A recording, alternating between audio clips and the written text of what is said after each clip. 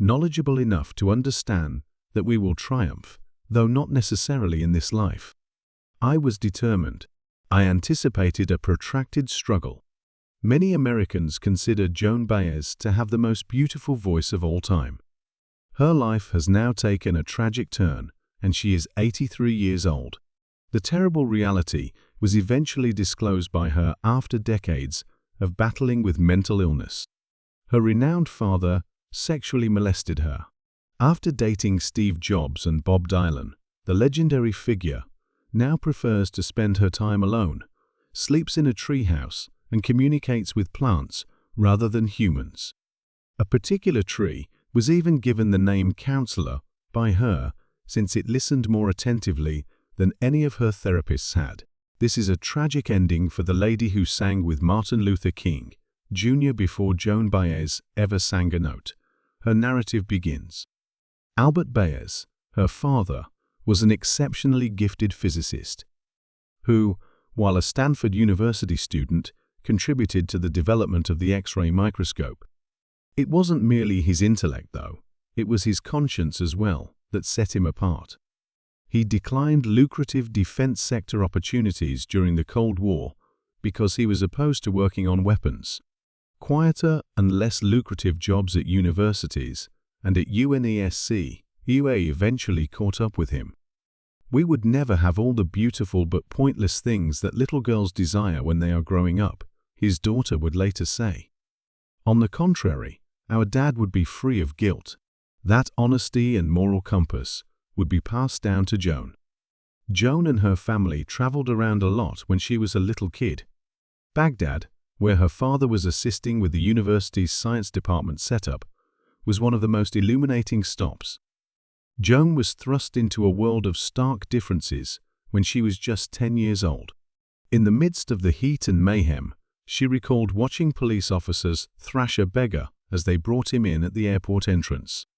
She witnessed individuals rummaging through trash, kids wriggling around in the streets, and animals subjected to brutal treatment in the months that followed.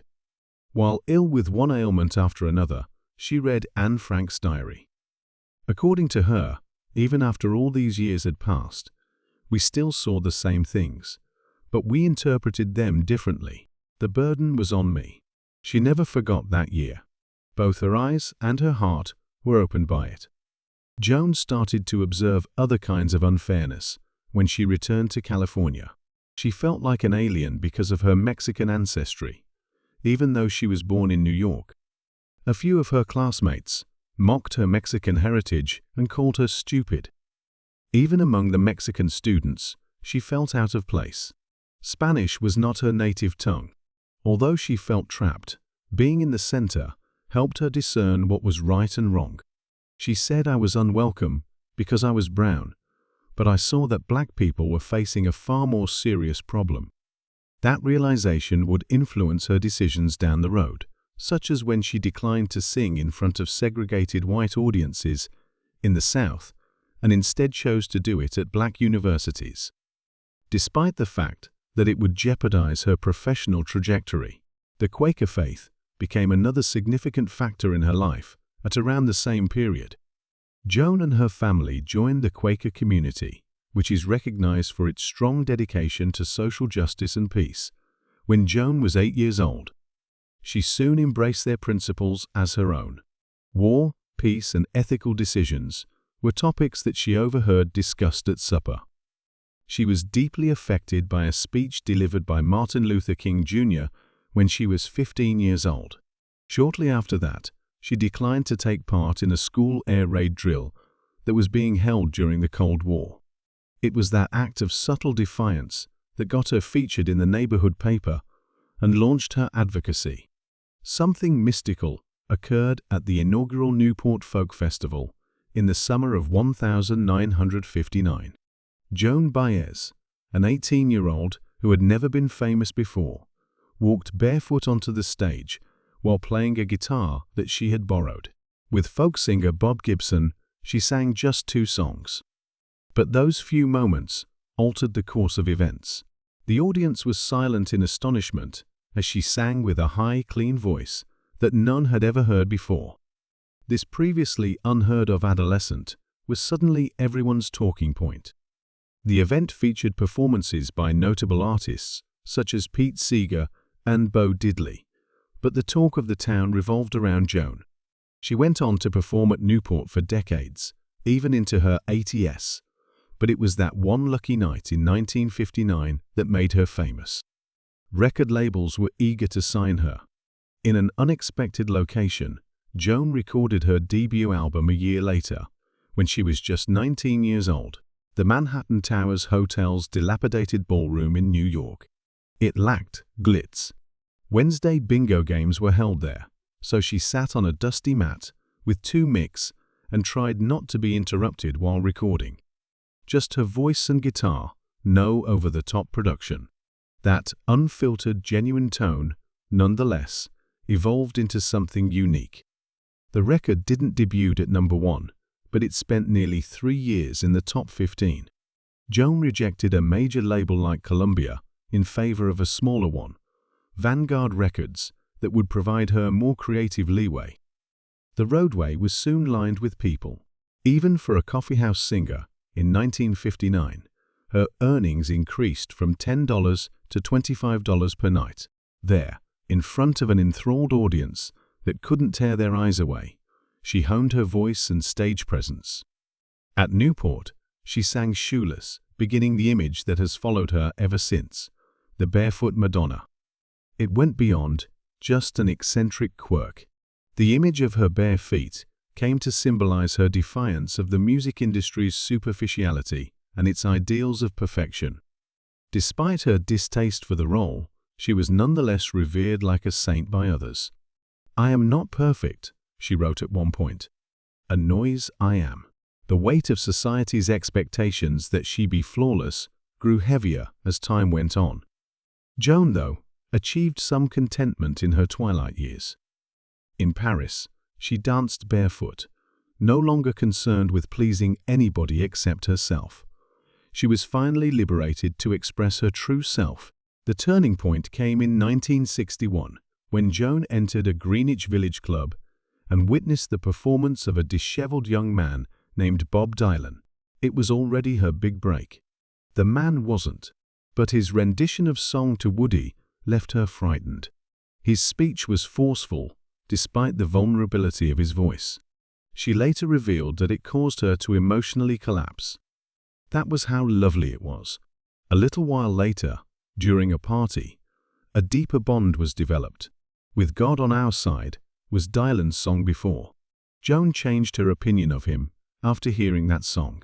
It dawned on her that he was more than just gifted, he was extraordinary. In the years that followed, Joan leveraged her celebrity to propel Dylan to new heights.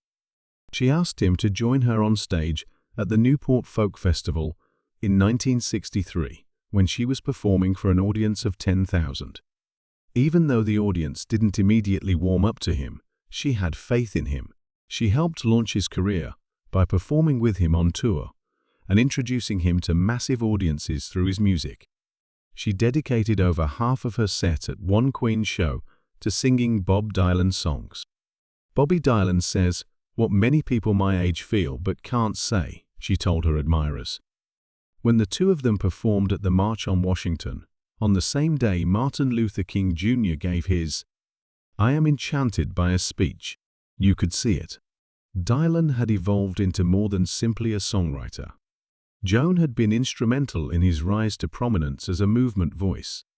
But things changed after I became famous. Their partnership had become too much for Dylan by 1965. With that, he invited her on a tour of the United Kingdom. Once he got there, though, he dragged her off stage. As she made her way around backstage, Joan remained bewildered and distraught. For the life of her, she couldn't fathom his refusal to let her sing. And then, out of the blue, Dylan wed Sarah, the woman who was carrying his child. "Dylan broke my heart," Joan confessed years later. "Thanks to that skill, I was simply stoned." The choice was clear to him. Whatever he wanted, Sarah would do. I doubt Joan would. He had no interest in having a companion. In other words, he desired command. In 1968, Joan recorded an entire album of Bob Dylan's songs, despite all that anguish. Any Day Now was the title. Spreading out his sheet music on the floor, she closed her eyes and picked the tracks at random. Of the 16 songs that were considered, Dylan had never recorded any of them before. The end product was breathtaking. Her eerie rendition of Tears of Rage was particularly well received by critics. The album's cover image was actually drawn by her. This wasn't your average album. It was her method of processing what they had experienced together, both the good times and the bad. Joan Baez took the stage in front of a huge audience during the March on Washington in the summer of 1963, at the tender age of 22. Her rendition of We Shall Overcome was performed soon before the renowned I Have a Dream speech by Dr. Martin Luther King Jr. As a child, Joan felt the pain of racism. Her family encountered prejudice since her father was Mexican and her mother was Scottish. She fought for justice her whole life, driven by that agony. The Newport Folk Festival had given her her big break just 4 years prior. Her voice was now resonating around the National Mall as she sang an eternal anthem, accompanying her name. Roughly 250,000 people, primarily Black Americans, gathered for the March on Washington. The Voting Rights Act of 1965 and the Civil Rights Act of 1964 were both aided by it. A pivotal moment was marked by Joan's voice. Symbolic of the power of music to inspire and transform, more than simply a vocalist. 2 years down the road, in March 1965, Joan was a part of yet another landmark demonstration, the Selma to Montgomery marches. These followed Bloody Sunday, when police violently assaulted peaceful protesters on the Edmund Pettus Bridge. Along the 54 miles to Montgomery, Joan was one of hundreds who walked. Pictures taken at the time show her standing among the protesters, engaged in conversation and listening intently. She performed in the Stars for Freedom concert the night prior to the last rally at the Alabama State Capitol, sharing the stage with Nina Simone, Tony Bennett, and Harry Belafonte, among others. It was more than a show. A rallying cry was conveyed. It was effective. The Voting Rights Act was signed into law by President Lyndon B. Johnson later that year.